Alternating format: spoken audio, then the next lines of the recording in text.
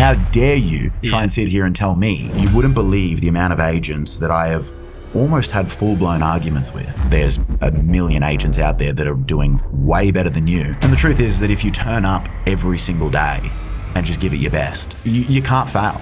Welcome to the Freedom Property Podcast, the modern real estate brand empowering excellence. Ladies and gentlemen, what is going on? Today we have the man himself, the principal, the office owner, the auctioneer, Mr. Christian Hamilton in the building. Mate, thank you for having me. That was an incredible introduction. Yeah, I'm getting better at it. Mate, you nailed it. As an auctioneer, I would like to pride myself on my ability to communicate and maybe to do an introduction like that. But mate, you have absolutely nailed it. You blow me away. So how old are you, bro? You've got the right voice for it too. Thank you. It's my radio voice. It is. Yeah. You really put it on. I'm 28 years old. Awesome. Yeah.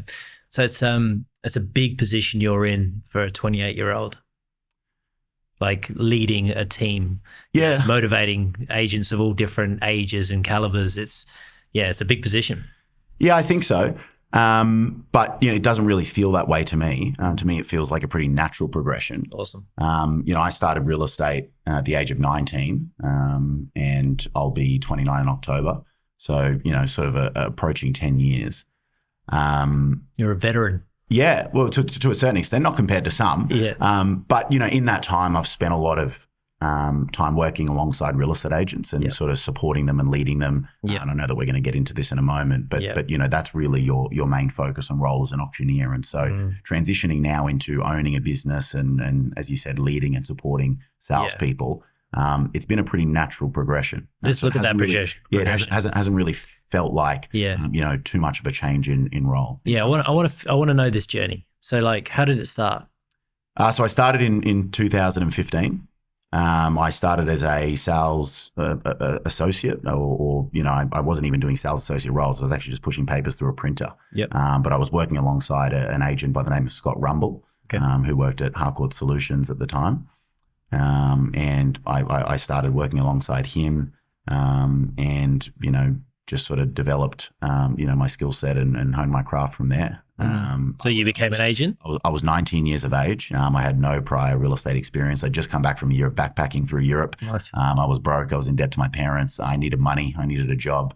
I needed a career. And my parents had only recently sold their home in Ashgrove. Yep. They sold through Tim Douglas from Place Paddington. Okay. And I remember meeting him, seeing him pull up out the front of the house in this nice Mercedes and, sort of walk through and had a conversation with my old man and Dad gave him the business.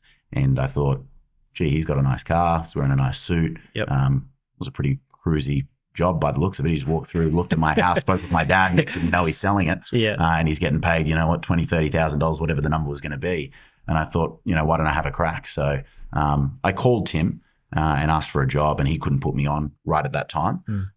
He said, look, you can start later in the year. I don't have a position available just yet. And so I needed something straight away. So I interviewed with almost every agency in the local area, and I ended up at Harcourts Solutions. So nice.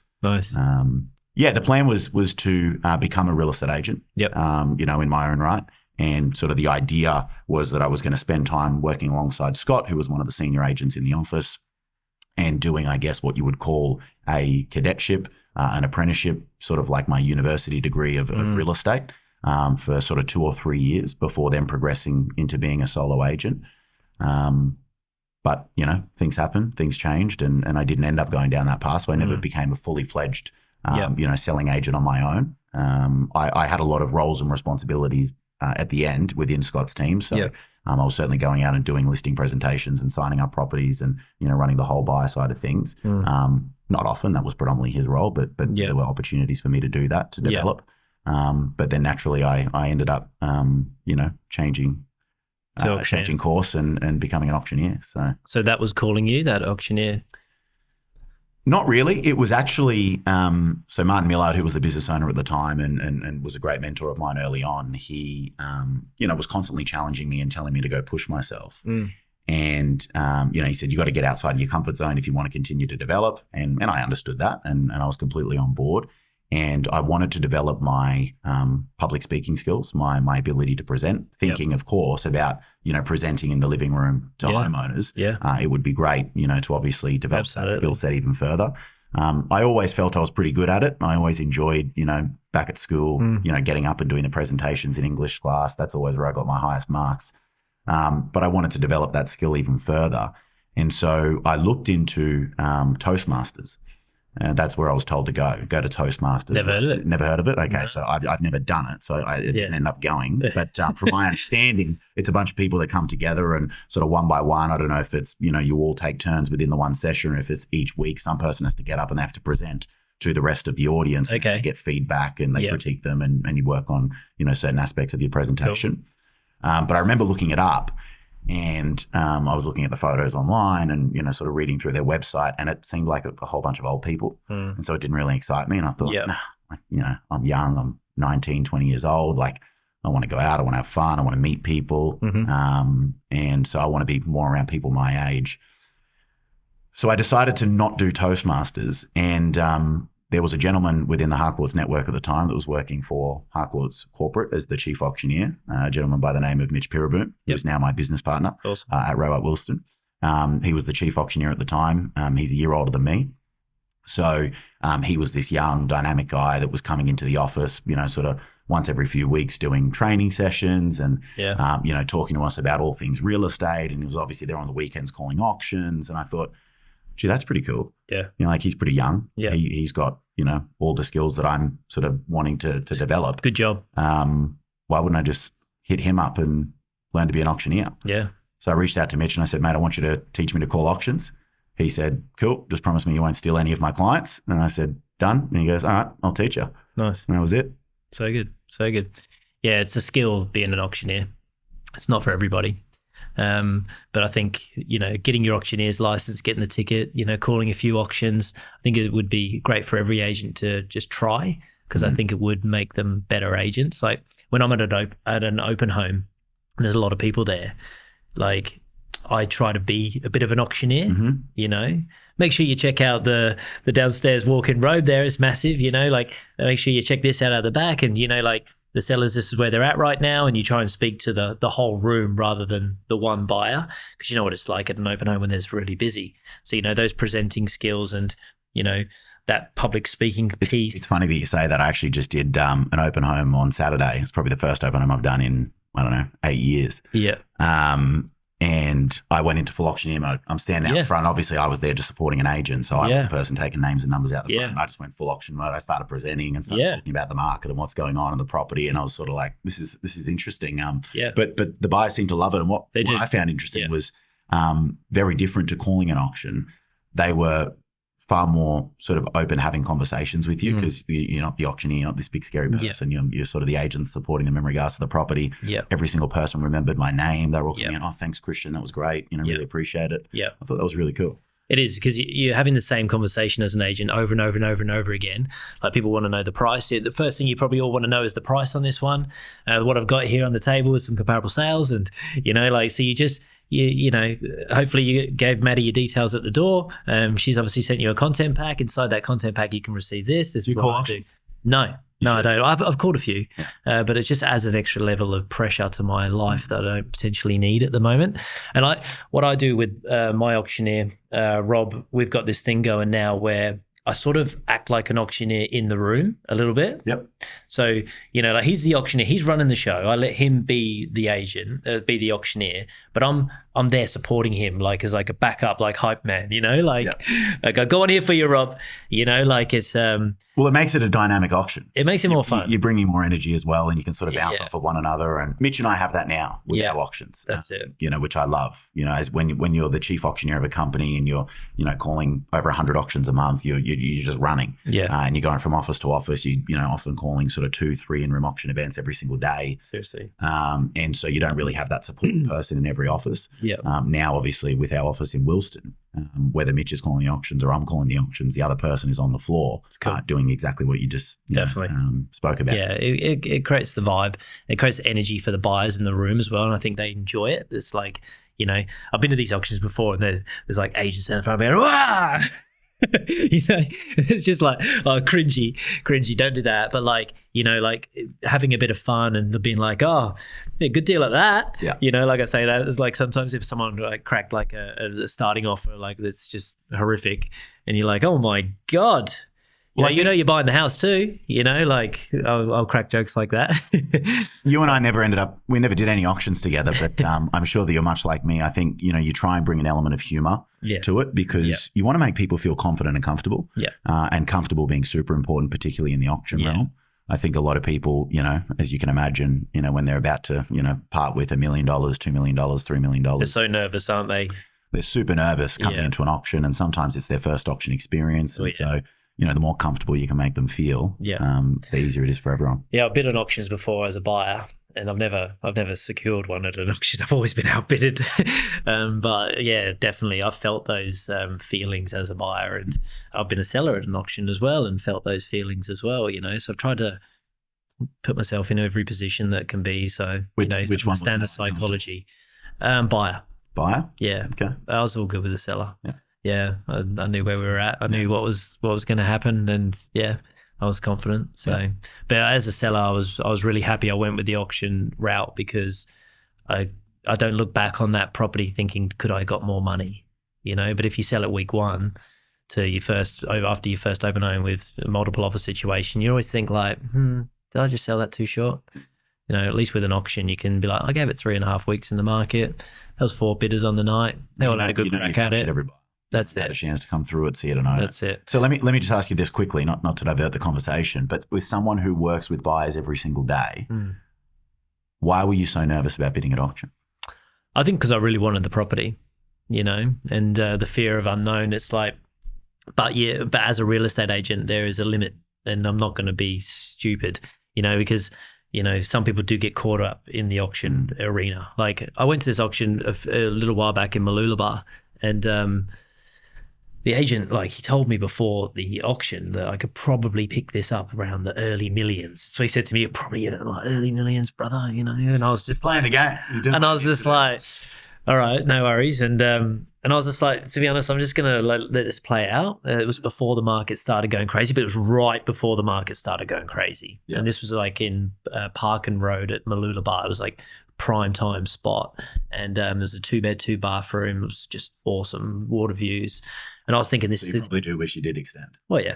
I was thinking this thing's going to sell for like 1.1, something like that. And because this is what the agent said, So I've kicked it off. I'm like 850. Just nice starting offer. Yeah. I was at 150 within like 3-4 bids. I was like, oh my God, this room is packed. This thing stopped at, it was like 1310, 1320 or something like that. And everyone was pretty much done. You could sense the whole room was done. And this buyer goes 1.5. And everyone was just like, what was that? And I was like, throw the paddles down and like, you can have it, mate. It's worth today. Oh yeah, it's definitely worth more. It's probably worth another 500 grand on top of that at least. So yeah, good buying at the time. But as being a real estate agent, being in that arena, you want to try and get a deal, and there's definitely opportunity with auctions, I think. But I'm not here to sell auctions to you today. I've never bid it. I bid at auction on behalf of friends, and it's always easier when you're spending someone else's money. Yeah. So I was never nervous. I was excited. I've only ever bought off market, but I've always said I would only ever buy off market where I know I'm the only buyer, or at auction where it's completely transparent. I would hate to go through a multiple offer process. I say it to people all the time. I'm like, at least you can see your competition. It's way worse when I'm just saying, I need your final offer, to a buyer. It's like, oh, and by the way, there's another offer higher. I can't tell you what it is. Yeah. You've got to pay more. No, a little bit more. Yeah. No, just, a little bit more. I'd suggest you go one more move. Yeah. Anyway, I'm not here to ask the question. No, you're good. You're good. Conversation. So, because I've been watching your career from afar, from the Instagram worlds, like we all do. We all know each other, but we don't know each other. So what I've watched happen with you is you've become this really good auctioneer, and then you're pretty much running Harcourts Queensland. That's what it looked like for me, because you're like all of the awards parties, you're calling the show, like you're running the show. Yeah. How does that feel? Is that nerve-wracking? Did that get you? Yeah, Mr. Harcourts, they used to call me. I guess, just to be completely fair to everyone, I wasn't running Harcourts. So Mitch Piraboom, who's my business partner, he was the CEO of Harcourts Queensland when he came back. Yeah. So he started at Harcourts. He was a chief auctioneer, as I mentioned earlier. He then left and did a I think it was a 4 or 5 year stint at Ray White, and then came back. So he and I worked together for probably 2 years at Harcourts head office. He was the CEO, I was the chief auctioneer, which was at the time pretty well like the sort of 2IC role. Yeah.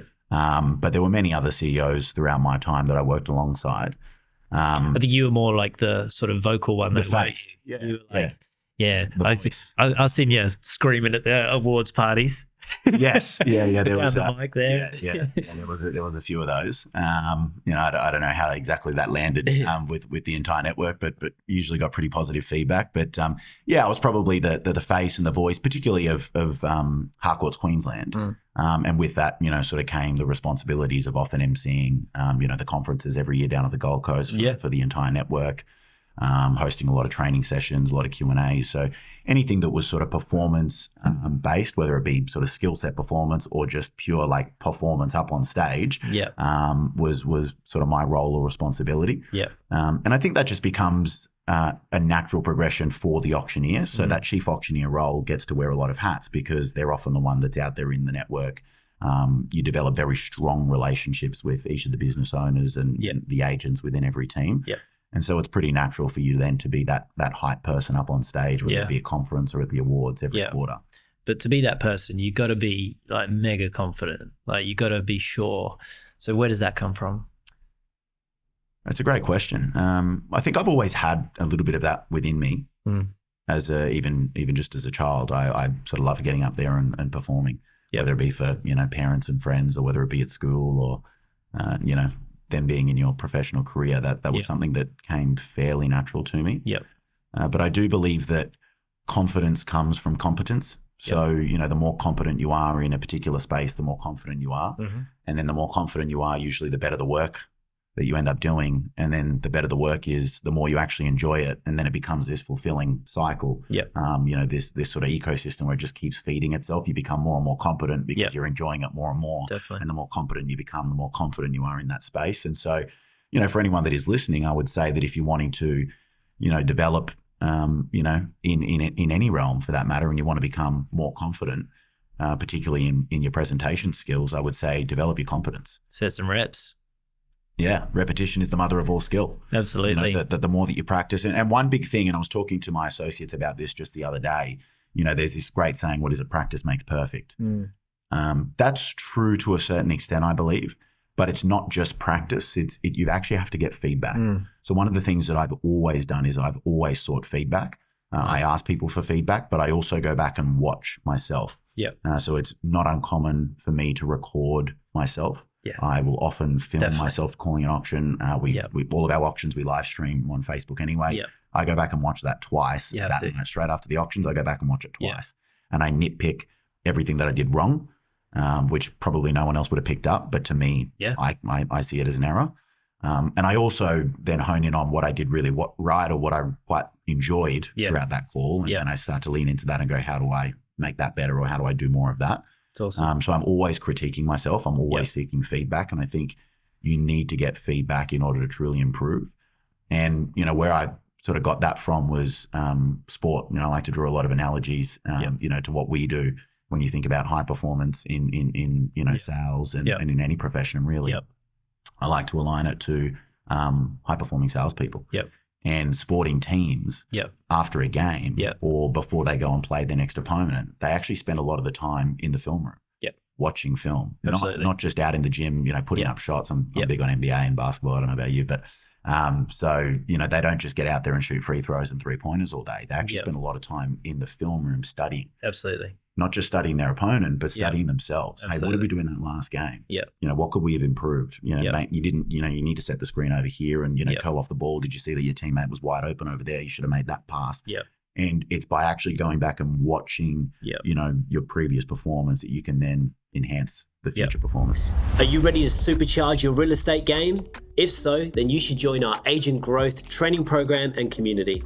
Here you will learn the tips, the tricks, the processes, the strategies to dominate your local marketplace. If you want to become the #1 agent in your area, Agent Growth is for you. If you'd like to join, follow the link below and you can sign up for free. Yeah, there's a lot of newer agents that probably watch this show, and that's something that you need to do. You need to do your listing presentation with your friends and on your family and just practice all the time. And like you say, film your listing presentation, find the negatives out of that. Film it and record it, because sometimes your friends and family won't give you the feedback that you need. Yeah. They probably don't want to hurt your feelings. Yeah. Secondly, they might also not know what was right or what was wrong. Yep. Definitely. I did probably 150, 200 listing presentations before I did my first listing presentation. I was obsessed with it. I was like 18 years old, never done a listing presentation, but I had my listing presentation all mapped out and ready, and I was like practicing them in bed. I was a freak, like I was just obsessed with it. You know what I mean? I was just like, this is what I want to do. I want to do a listing. I was like, throw me in there. I'm ready, and you got to be ready. It's like, you got to be prepared, agents, for this, So you've gone from learning about real estate to becoming an auctioneer and learning this whole other part of real estate, which is, a really important part, and then running a business and meeting business owners and understanding, like what some offices are doing really well and what some offices maybe are struggling in. And then you've decided, I'm going to do this, and you're going to open up your own office. So good on you. How did when was that big step? Like, how did you make that decision? I think it's something that I always wanted to do. So even when I started as a sales associate, working in Harcourts Solutions, business ownership was always on the cards. The natural progression, I thought, was to start as an associate, become an agent, dominate a marketplace, and then open an office.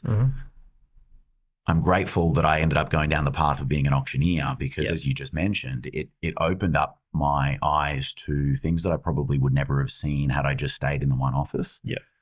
Working with so many different real estate agents and different offices, we had 55 offices within the Harcourts Queensland group. I got to see what some businesses were doing that was different to the business that I was in. Some of those things were better. Some of those things weren't as good.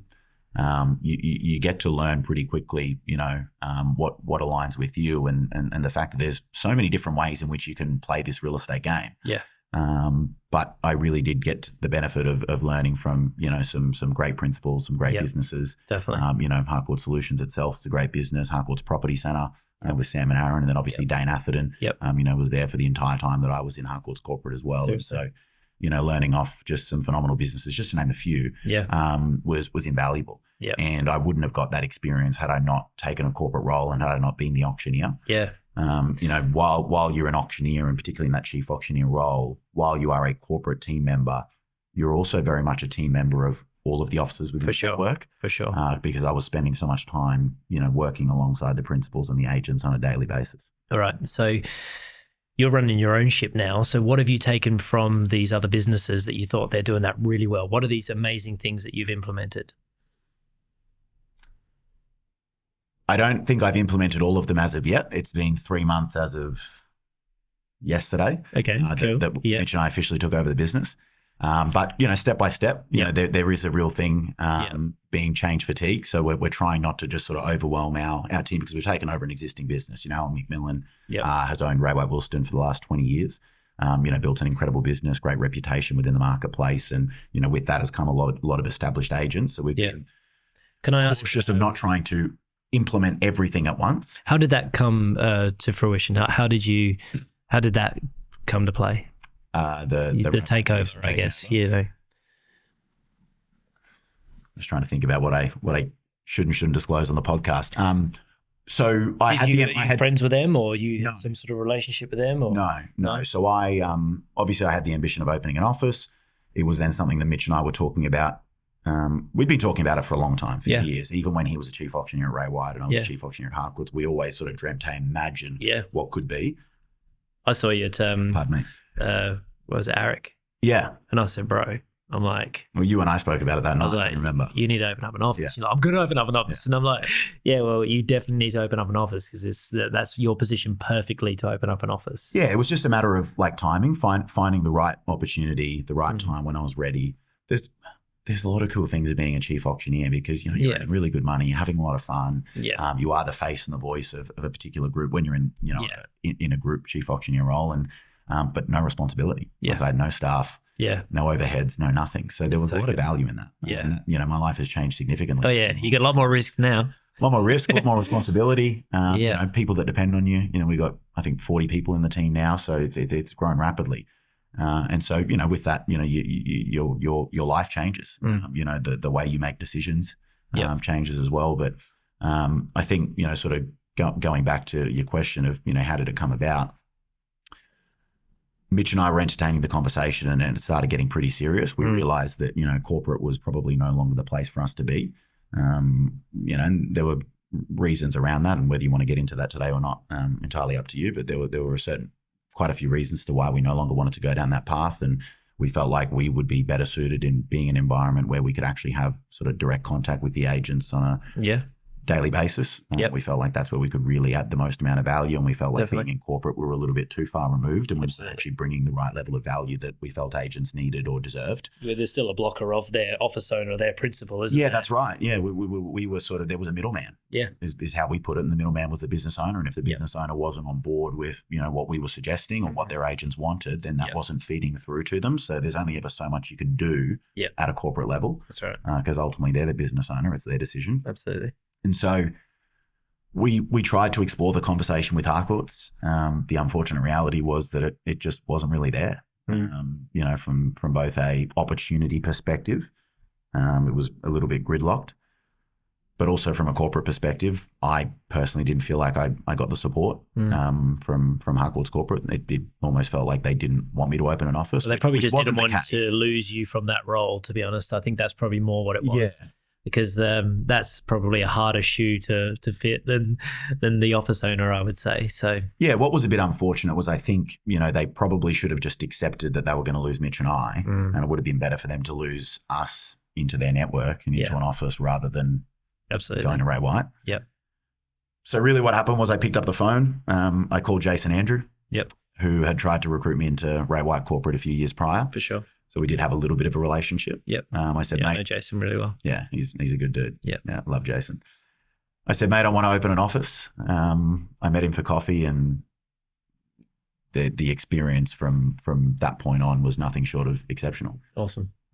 Jason did an incredible job. Yep. In wooing me and recruiting me. For sure.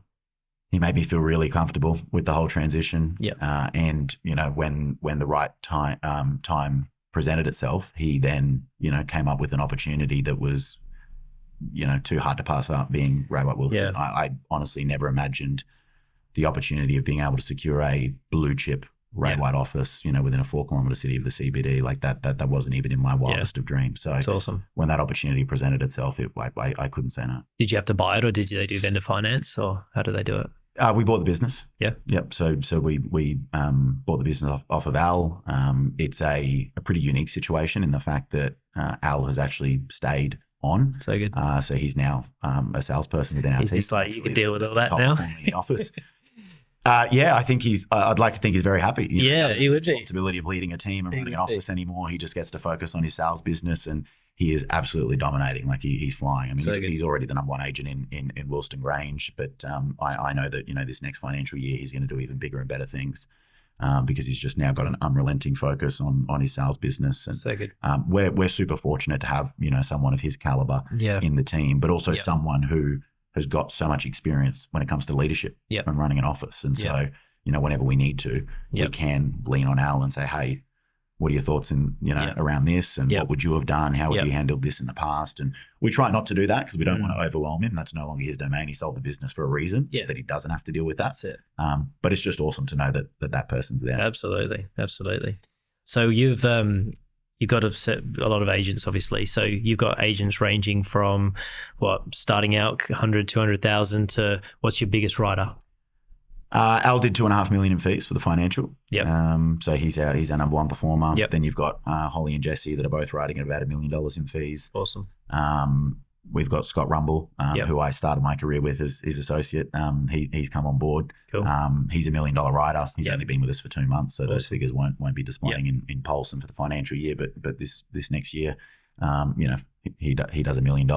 He's got ambitions of doing more. Awesome. We've got Ange Hill, who she's got a goal of doing $2 million. So nice. We've got some pretty significant performers within. So good. So what's the difference between these agents that are trying to get the wheel turning to these ones that are flying? Like what do you see the difference? I'd like to think the only difference in my business and for my guys is time. So they haven't had as much time in the business. So they are getting the wheels turning, and they will get to that point of writing those sorts of figures. So I'd like to think that for them it's time. The difference for others is, it's a great question. As an auctioneer, I felt that the biggest blocker for real estate agent, one of the biggest blockers, is actually arrogance. Yeah. But not arrogance like you would think. We talk about arrogance a lot in the real estate industry. People think of arrogance as complacency, people coming in going, look at me, hopping out of their European car with the shades on and the phone glued to their ear. And it's like, let's get a video of that and let's post that on social media. Yeah, for sure. All this rah-rah of them boasting about themselves. I'm not talking about that sort of arrogance. I actually I don't mind that, in the sense of, I don't think your customers like it or care about it. So I think it's a waste of your time. Yeah. But if you're putting tickets on yourself, but you're actually performing, all power to you. Yeah. Like, that's all good. I don't really have a problem with that. Yeah. When I say arrogance, what I mean is, you wouldn't believe the amount of agents that I have almost had full-blown arguments with that are writing $200,000, $300,000 in fees, sitting there trying to tell me how it is. Oh, no, auctions don't work in my marketplace, Josh. Yeah. No, auctions don't work here. Yeah. Oh, no, that's not an auction property. Yeah. Or no, you shouldn't be giving feedback like that. No, this is how you've actually got to have conversations with buyers. It's like, who are you? How dare you? How dare you try and sit here and tell me how it is that you need to run? And not just me. I'm not me because it's Christian Hamilton. How dare you try and sit here and say that what Al McMillan is doing doesn't work? Yeah. All he does is auction real estate. Now you're trying to tell me that auctions don't work? Yeah. It's like, when you take a look around, like, all of the best agents in the majority of marketplaces, they're auction agents. Absolutely. They present feedback in a certain way. This is how they have conversations with buyers. This is how they create competition. This is how they do their listing presentations. This is what marketing works. Yep. It's like the level of arrogance, like the amount of agents that sit out there and start to, go out there and create their own brand. And it's just like they're sort of, trying to push their name out into the marketplace, which is super important. But then it's like, well, do you think that, sort of your brand gets more cut through the marketplace than Ray White? Yeah. Or than Harcourts? Or than Freedom Property? Like, that's actually an established big business that's known within the community. Absolutely. I just feel that there's a lot of arrogance from real estate agents, and that's what holds them back. If they could be more humble and be more curious, because I don't know if we're now going to lead into what sets the great guys apart, but I've boiled it down to 4 key attributes, and one of them is curiosity. They are extremely curious. They're always willing to learn and develop, and they're quite coachable.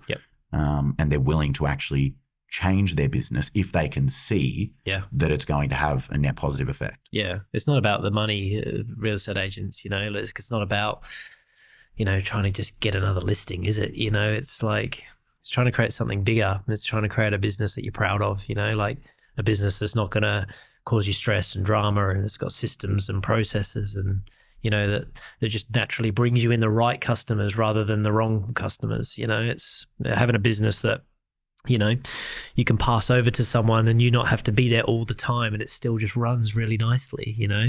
And that's what you're saying, these systems, these processes, these auctions, this this set and forget plan that is been proven hundreds of times before is going to work. Well, before you and I were in the industry. Yeah, absolutely. And there's so many people that they come in and they're trying to change the wheel, and I'm like, you don't need to change the wheel, bro. Just make it a little bit better, like just do that part just a little bit better. Just see that bit they're doing there, just do that a little bit better. Yeah. And just make it your own. Like it's great to be, to try and be somewhat of an individual. Yeah. And you do need to set yourself apart. I do believe that in the absence of differentiation, the customer shops on price. Yep. And so I think, where you can differentiate and set yourself apart from your competitors is important. Yep.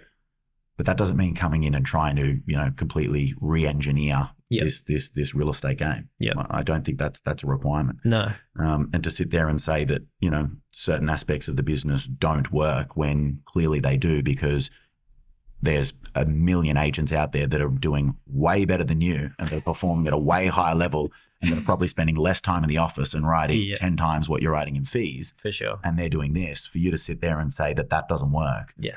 That's just pure arrogance. Yeah, that is definitely ego, and maybe too much ego to want to be humbled by making the calls and coming in every day and just turning up and doing the right things. And they give up so easily on social media marketing, or they give up so easily on doing the right things. It's like they just try, or it doesn't work, like it's not working. And it's like, you're not going to go and get mad at your bus stop tomorrow, are you? You're not going to go down there and like start getting mad at your bus stop, but they're getting mad at their digital marketers. They're getting mad at their, So you're not going to go to the gym and you're not going to do 3 sets of 20 crunches and then, lift up your shirt, look in the mirror and go, oh, well, where's my six pack? Oh, speak for yourself, bro. Maybe it's just good genetics for you, mate. But I certainly can't get away with that.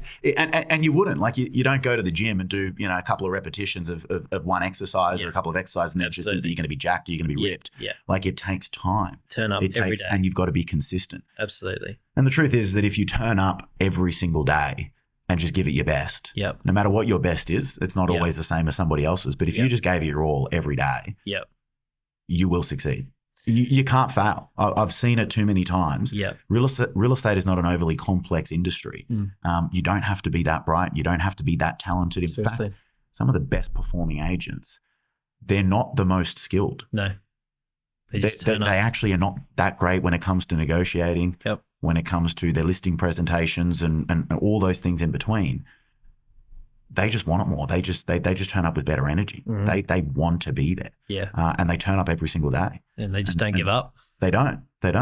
Yeah. And I think that's the big difference. You're bang on. Like too many people, they try something once, they don't get the immediate, the instant gratification. They don't get the listing. They don't get the immediate result. And then they sort of chop and change and they go elsewhere.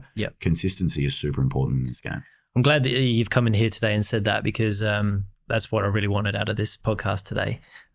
You've been around, some of the best agents in Queensland, from the Harcourts level to now, opening up an office, to meeting some of these other big office owners. You have met a lot of good agents, so, you don't have to just change the wheel, ladies and gentlemen. You just got to come in, put your own little touch on it and just make it a little bit better and lean into your brand. I think people think that, I've had a lot of people that have come here and then a few that have left, and then they try to start up Josh Sherwood Realty in the Redlands and they think, it's just going to keep going naturally. And it's like the goodwill that a brand has created behind the scenes, so especially a powerhouse like a Ray White, good or bad goodwill sometimes, the goodwill that has been created in an area by that brand will definitely help you in your career, I think. It's incredibly valuable. And that doesn't mean that you can't stand out as an individual. But you should lean into the brand. Absolutely. I'm a huge believer in that, because the brand has done the majority of the heavy lifting. There's social proof, there's social validation out there in the marketplace. If I started up Christian Hamilton Real Estate, not only would I have to sit in the living room every day trying to convince the seller to list with me, before I even get there, I'd have to get them I'd have to convince them to even get Christian Hamilton Real Estate in. And they're like, who the hell's Christian Hamilton Real Estate? We've never even heard of you before. Whereas, I'm finding now that, I've only been with Ray White for 3 months. I spent my entire career at Harcourts. But, the agents that have come across and the agents that are there, and I'm experiencing it every day, it's like the value, particularly in our marketplaces where we operate, Ray White's very strong, very dominant. When you pick up the phone and call someone and say, hey, it's Christian calling from Ray White Wilston, they actually sit up or stand up a little bit straighter and they go, oh, yes, absolutely. Yeah, got a bit of respect. How can I help? Yeah, absolutely. As opposed to what? Who? Where? What's this? And for people that want to open up an office as well, to put Josh Sherwood Realty, people aren't going to necessarily want to join Josh Sherwood Realty, but they will join a Ray White. They will join a bigger brand like a Freedom, that's something bigger happening behind the scenes, and it isn't all about an individual. And I think that's sometimes where a lot of people go wrong, but don't open up an office for that reason. If you want to be like a one-man band and you want to be Josh Sherwood Realty, then just be Josh Sherwood Realty and just do that, in your suburb, and just market yourself like that, but realize it's probably not the best way to grow a team. It's not pointless opening up an office and trying to build an office around that. I think it's very tough to do that. Yeah, and it's deciding, which avenue you want to go down, because not everyone wants to grow, a massive team and a massive business. Some people just want to be the principal and know that, everything that they write sort of falls to the bottom line. And, they might have one or two other agents in their team, but they're pretty comfortable doing that. Maybe they struggle being in a bigger team, or maybe they struggle with authority and taking direction and leadership, and they just want to do it for themselves. There's plenty of selling principles, and you're a great testament of that building incredible businesses while building an incredible sales business. Yeah, I wear many hats. That don't sell. So there's no right or wrong. Absolutely. What works for you. Absolutely. Yeah, well, I thank you so much for coming in today. This has been awesome. If you're an agent working out in Christian's area, get in touch with him and he'll help you. All right? Love to hear from you. Thank you, mate. Appreciate it. Legend. Cheers.